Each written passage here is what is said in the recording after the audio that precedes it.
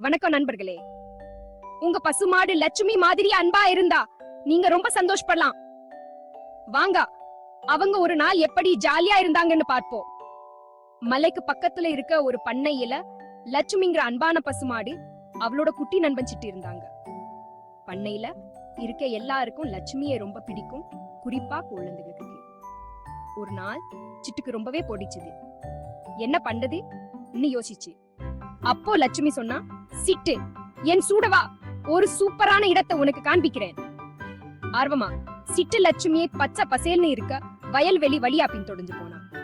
அங்கே வண்ண வண்ண மீன்கள் நீந்திட்டு இருக்க அழகான குளம் ஒண்ணு இருந்துச்சு. பாரு சிட்டு, அழகா இல்லையா லட்சுமி சொன்னா.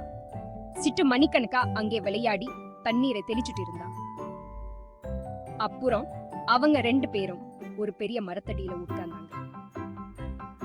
சிட்டு, இங்கே வா, நான் உனக்கு ஒரு கதை சொல்லேன். லட்சுமி அம்பா சொன்னா. லட்சுமி சொன்ன கதை ஒரு மரிலையில் பந்த பச்சை பறவையை பத்தினது.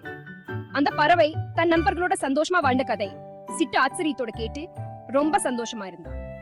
லட்சுமி, நீதான் உலகத்திலே சிந்த நண்பன் சொன்னா. அந்த ராத்திரி சிட்டு வீட்டுக்கு போய் லட்சுமி சொன்னா அழகான கதையை நினைச்சுட்டு நிம்மதியா சந்தோஷமா தூங்கினா.